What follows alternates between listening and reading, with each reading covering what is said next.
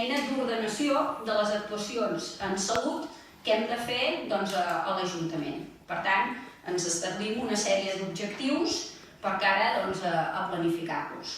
L'enquesta és una d'aquestes fases i forma part del que anomenem l'etapa de la diagnosi, que ens permet saber quina és la situació de partida de la salut de les persones. Per tant, és una eina bàsica de treball que tenim. És una de les qüestions molt importants. Recordeu que ja en teníem un de Pla Local de Salut Pública que es va fer el 2010 i aquest que estem elaborant ara ens permetrà també veure quines diferències hi ha entre el que vam elaborar fa uns 7 anys i aquest que estem fent ara mateix. Els objectius concrets de l'enquesta, que és el que avui presentem, són, com deia, quina percepció té la ciutadania de Reus de la seva pròpia salut, per tant és un factor subjectiu, no objectiu.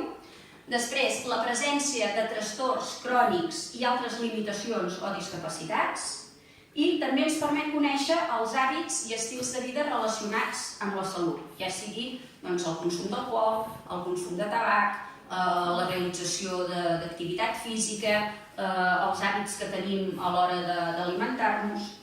Així també ens permet realitzar, com deia, la comparativa dels resultats obtinguts en l'enquesta del 2009. Pel que fa a les dades tècniques, ja us les avançava, s'han encastat a 410 individus aleatòriament seleccionats a partir de quotes de sexe i edat i el treball de camp es va realitzar entre els dies 29 de març i 10 d'abril, amb un nivell de confiança del 95%. El marge d'error mostral màxim per a dades globals és aproximadament d'un 4,9% més-menys. I ara, si us sembla, ens centrem en el que són els resultats més destacables. Pel que fa a l'activitat física, el 59% dels consultats té una activitat diària que no requereix un esforç físic, tot i que va freqüentment a peu.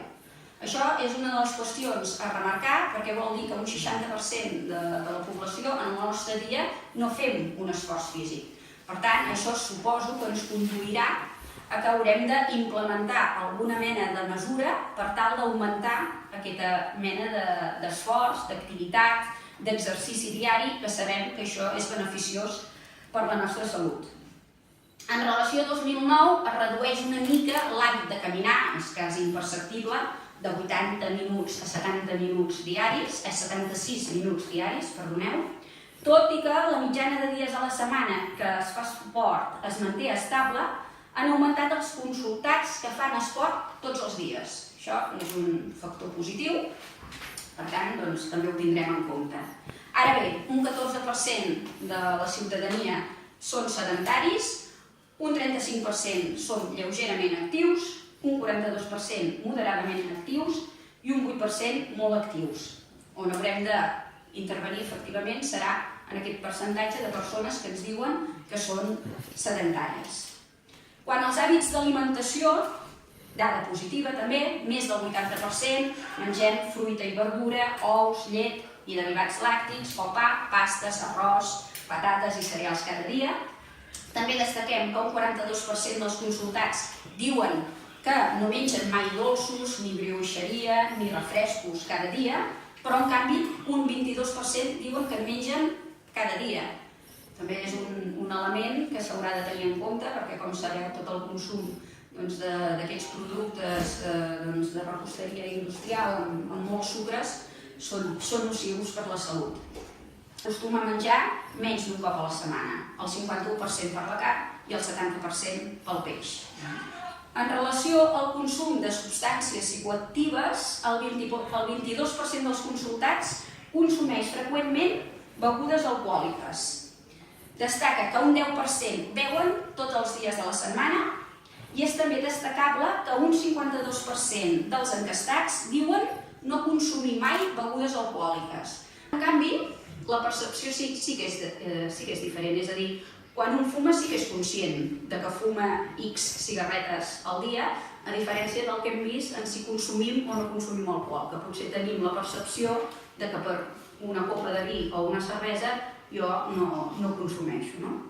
Com deia, pel que fa al tabac, 2/3 parts diuen que no han fumat mai, un 13% ha deixat de fumar en algun moment de la seva vida i un 21% fuma cada dia o esporàdicament, passant de 13 cigarretes diàries que teníem com a dada el 2009 a 12, hem reduït una aquest 2017.